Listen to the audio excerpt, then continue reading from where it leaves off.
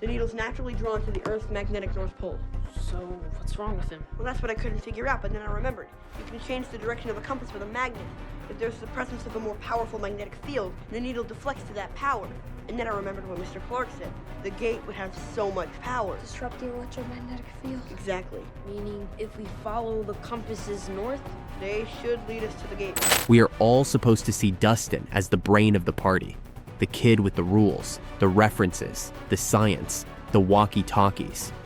He is the one who figures out the pattern, names the monster, and then explains to everyone what they are up against using D&D. Demogorgon, Mind Flayer, Vecna. We all cheer when he makes those connections because it makes the story feel clever. In the presence of a stronger electromagnetic field, the needle will deflect towards that power. So either there's some super big magnet around here, or there's a gate. But we're nowhere near the lab. But what if, somehow, there's another gate? A gate that we don't know about. It has to be smaller, way less powerful. Snack-sized gate. How? Why? No idea. The show is using D&D as a fun reference, right? But if you look at how naming and dungeon masters work in D&D, and you look at how the Upside Down keeps matching his words, a darker idea starts to appear. I do not think Dustin is just describing the monsters. I think he is helping create them. In D&D, the dungeon master is the one who decides what exists. Players roll dice and make choices, but the DM names the monsters, draws the map, and sets the rules. If the DM says a Demogorgon steps out of the shadows, that is what happens. The name gives the creature form, stats, and threat level. In a lot of fantasy, names are power. A true name can bind a demon. A title can shape a destiny. The moment something is named, it becomes more real. Now watch Dustin. In season 1, the kids are terrified by a tall, faceless creature with a flower mouth. It is just the monster at first. Then they sit at the table, look at the board, and Dustin says the word, Demogorgon. No! That didn't come from troglodytes, no, that came from something else. The Demogorgon! From that moment on, that is how we understand it. The creature is no longer a random horror. It is a Demogorgon, a specific D&D nightmare with 2 heads and a certain kind of presence.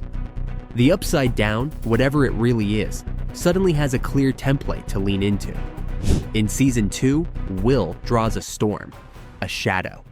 Dustin looks at it, thinks of a classic D&D villain, and gives it a name, the Mind Flayer. The Mind Flayer. The hell is that? It's a monster from an unknown dimension. It's so ancient that it doesn't even know its true home. It's me. It's your friend. It's Dustin. It's Dustin, right? You remember me? Will you let us pass? The show could have picked any monster. It could have left it vague. Instead, the kids start treating it like a hive mind strategist who takes over bodies and wants to spread across the world, exactly like the D&D version. In season 4, they see the new killer, the one who breaks bones and invades minds. Dustin flips through his mental monster manual and lands on another name, Vecna. Wait, what? There's one thing we've never understood, which is why Vecna's killing people. So what if, with each kill, he's not simply killing them? He's making a powerful psychic connection with his victims, a connection powerful enough to rip a hole in the fabric of time and space. This is the Lich, the big boss, the level 20 problem, the one with a history in D&D, with artifacts and betrayals and legendary status. Every time Dustin names a threat, the Upside Down seems to grow into that costume. So here is the theory. What if the entity behind all of this is more formless than we think? Not a Demogorgon, not a Mind Flayer, not Vecna, but something stranger, something that reacts to expectation. It pushes into their world as raw horror, and then listens. It listens to the boys at the table. Dustin, the smartest kid in the room, sees something he cannot explain and reaches for the closest D&D parallel. He wraps the unknown in a name. In doing so, he gives the unknown a shape to copy. The Demogorgon becomes a hunter that stalks through portals, because that is how they think a Demogorgon behaves. The Mind Flayer becomes a psychic hive mind that spreads through heat and fear, because that is what the name suggests. Vecna becomes a disfigured lich with a tragic backstory and a plan, because that is how the kids picture him. Dustin is the accidental DM of Hawkins, and the enemy is using his imagination as a blueprint. This does not mean Dustin is evil. It makes him painfully human. Faced with chaos, he reaches for the language he knows to make it make sense. That is what all of us do. But in a world where thought and fear have weight, naming things might be more than just comfort. It might be spellcasting. Here is where it gets really interesting. In a D&D game, the DM can always decide to homebrew, to stop using the monster manual and make up something new. The moment they do that, the players no longer have a guide. They cannot assume anything. They have to treat the creature as truly unknown. Stranger Things has never done that. Every big bad has gotten a D&D label. So in Stranger Things 5, the level 20 twist could be simple. They stop naming things. The final form of the enemy appears. It might be a fusion of Mind Flayer, Vecna, and whatever else is behind the scenes. Old Dustin would scramble for the right term. He would flip through creatures in his head and pin a title to it. This time, he refuses. He realizes that every name he has thrown at the darkness has helped it organize itself, helped it solidify into a story it knows how to win. He tells the others not to compare it to anything, not to call it by any D&D name at all. They fight it as what it is, not as a monster out of the book. That breaks the pattern. It denies the Upside Down the comfort of a script. There is no stat block to lean on, no classic weakness to turn against them, no classic strength to exploit. It is just raw horror against raw human courage. For Dustin, that is a huge character shift. His whole identity has been wrapped up in being the guy who knows what page the answers are on. In the finale, his big hero move might be admitting that sometimes the smartest thing you can say is, "I do not know what this is." So I do not think Dustin just names the monsters. I think in a very real way, he has been helping to write them into existence. And the only way to win the final fight is for him to break his own pattern and leave the last monster unnamed. Whether you think the entity behind the Upside Down is formless or something very specific, tell me in the comments if you like the idea of Dustin as the accidental DM. And if you are still watching, drop no name down below, so I know you are part of the party. You don't like it? No. What's wrong? I wish I was still with you. I know. Me too. But I'll see you tomorrow, all right? First thing. Tomorrow. Curfew. Good luck. What if Stranger Things has been lying to us about who really powers 11? We are all supposed to believe the same thing. 11 is the battery. 11 is the nuke. She reaches inside herself, finds more strength, and saves the world. Mike is just the boyfriend, the heart, the guy who gives the speech and stands back while she does the real work.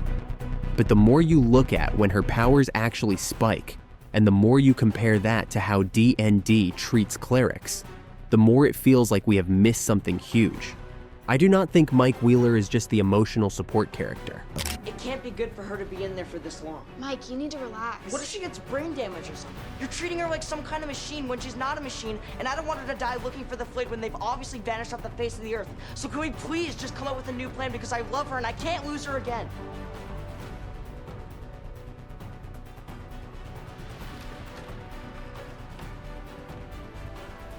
What's going on? Nothing.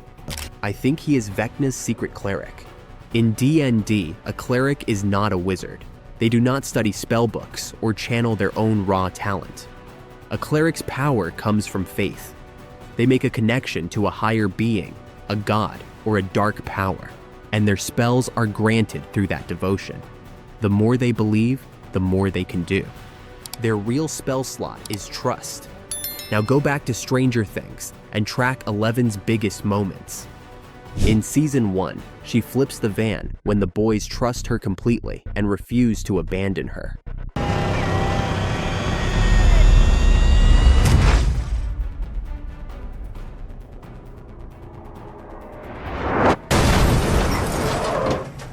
In Season 2, she closes the gate after reconnecting with Hopper and seeing that she belongs.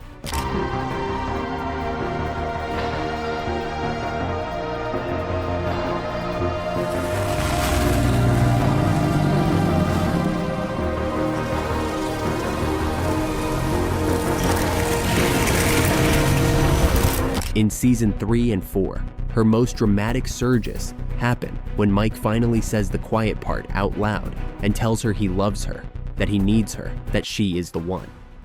Her power does not just respond to anger, it responds to belief, especially his. Watch the piggyback scene in Season 4. 11 is pinned in the mindscape, her, that he loves her, not because she is strong, but because she is her. Only then does her power reconnect. In D&D language, that is a cleric channeling divinity. The worshipper focuses their heart on the source, and the source responds. Mike's words are not just sweet, they are a spell focus. So here is the twist. What if that circuit is not safe? What if that emotional line Mike keeps pouring energy down does not go only to 11, but also to the thing that gave her power in the first place? We know her abilities are not natural. Brenner did not grow them, he unlocked them. He tapped into some other plane, some other force, and used children as antennas. 11 is not a standalone generator. She is a channel. If that is true, then every time Mike begs her to be stronger, every time he pushes her to go further, he might be pumping faith into the entire network that Vecna sits on. In D&D, it is dangerous to be a cleric of something you do not understand. The more you pray, the more power your god gets. Even if you are using that power to fight, it still feeds the one on the other end. Mike thinks his devotion belongs only to 11, but the pipeline goes deeper. His belief in her power, his insistence that she is the one who can fix everything, that everything rests on her shoulders, all of that reinforces the same idea Vecna wants to spread. That power is the only answer. That the psychic cord between their world and the Upside Down must stay plugged in, no matter the cost. So here is the theory. Mike Wheeler has been acting like a cleric for 4 seasons without knowing it. His faith does not just keep 11 going, it keeps the system going. It keeps the idea alive that her connection to the Upside Down is necessary, even sacred. And in Stranger Things 5, that has to break. The level 20 problem is simple. You cannot beat Vecna just by pushing more power through the same cord he uses. As long as that connection exists, as long as there is a human cleric feeding belief into psychic power, he has something to manipulate. So Mike's final arc is not about finding a bigger speech. It is about changing what he believes in. He has to stop worshiping the idea of 11 as the all-powerful weapon and start loving her as a person who might need to let that power go. He has to walk right up to the line that has defined their relationship since Season 1 and say out loud that he would rather have a world where they live ordinary lives than a world where she keeps burning herself out to save everyone. In practical terms, that could look like this. At the climax, Vecna tries to hijack the connection. He uses Mike's fear and declarations to push 11 past her limits, hoping she will tear the barrier wide open and give him what he wants. He taunts Mike, tells him he is useless without her, tells him the only thing he can do is beg her to try harder. And Mike refuses. He stops playing cleric. He stops praying for more power. He tells 11 she does not need to win by becoming a god. She can win by choosing to cut the cord, to let the power that comes from that other place die with Vecna. His final act of love is not telling her she is the strongest. It is giving her permission to stop. That moment breaks the worship pattern the Upside Down has been feeding on. It takes all that emotional energy that has been flowing toward power and turns it toward sacrifice and acceptance instead. That is the kind of shift that can drain a god. So I do not think Mike's role in the story is just the heart of the party. I think he is the secret cleric who has been unintentionally feeding the system they are fighting. And the only way to beat Vecna is for him to finally close the book on that faith and choose a different ending. Whether you think Mike ends the story with 11 powered up or powerless, tell me in the comments what his last big choice should be. And if you are still watching, drop Cleric Mike down below so I know you are part of the party. I will never, ever let anything bad happen to you ever again.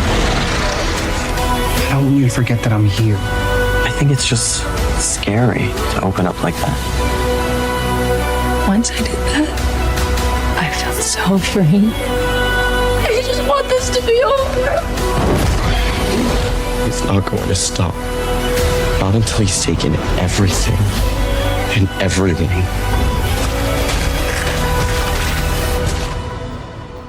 What if Stranger Things has been lying to us about who started all of this? We are all supposed to believe the same story. Will Byers is the first victim. The sweet kid who just wanted to play D&D, got taken by the Upside Down, and spent the rest of the series trying to heal from it. He is the boy everyone is trying to save. But the more you look at how D&D actually works, and the more you look at how perfectly the Upside Down mirrors their campaign, the more a different idea starts to creep in. What if Will is not just the victim of the story? What if, on some level, he is the one who created the story? There is a fan theory that says this out loud.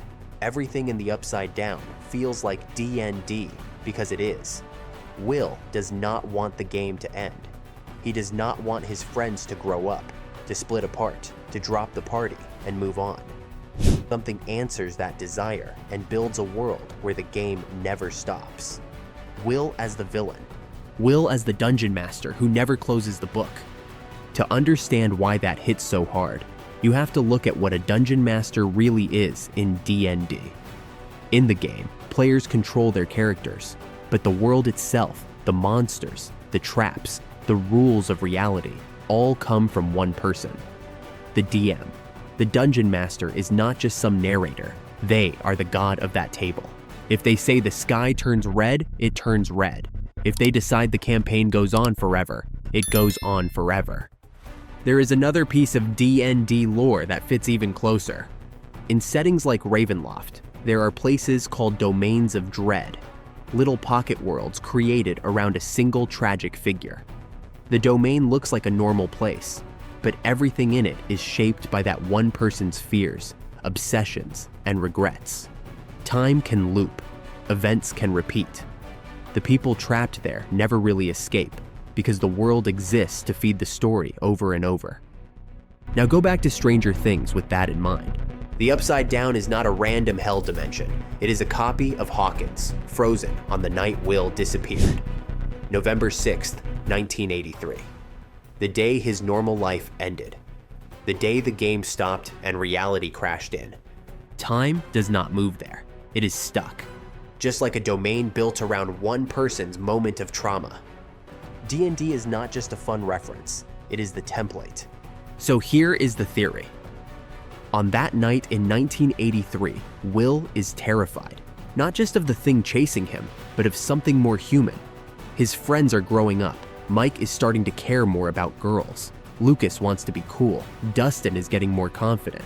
They all still play, but you can feel the shift. Will is the one who is always left holding on to the game.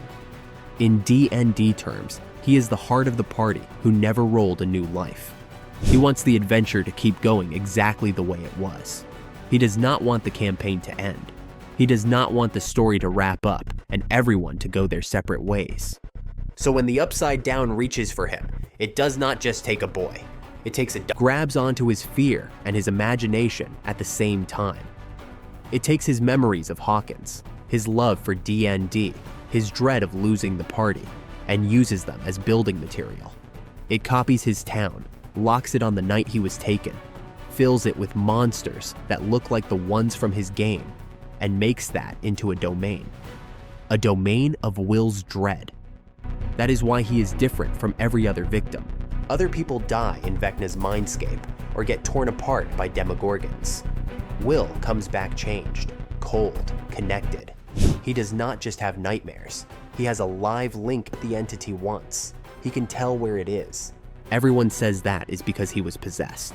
But what if it is because deep down, the Upside Down is his creation?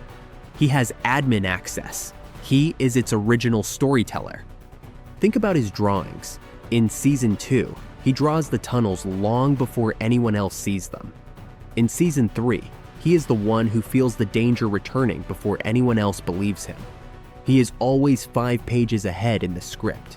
That is exactly what a DM is. The DM knows where the dungeon goes, where the monster waits, what the map looks like long before the players get there. Will acts like someone who recognizes his own story, even if he does not remember writing it. There is another detail that fits the domain of dread idea. In those D&D worlds, the villain who shapes the domain suffers too. They are both the jailer and the prisoner. Their greatest wish and their greatest fear get locked together. If they want their lost love back, the domain gives them a ghost that never quite reaches them. If they want revenge, the domain gives them endless enemies, but never real peace. Will's wish is simple. He wants his friends to stay together and keep playing. What does the Upside Down give him? Endless danger that forces the party to reunite. Every season, no matter how far they drift apart, the threat that started with him drags them back to the table, back to Hawkins, back to each other. The game never ends. The campaign keeps going, but it is always hurting him. He never really gets to be happy.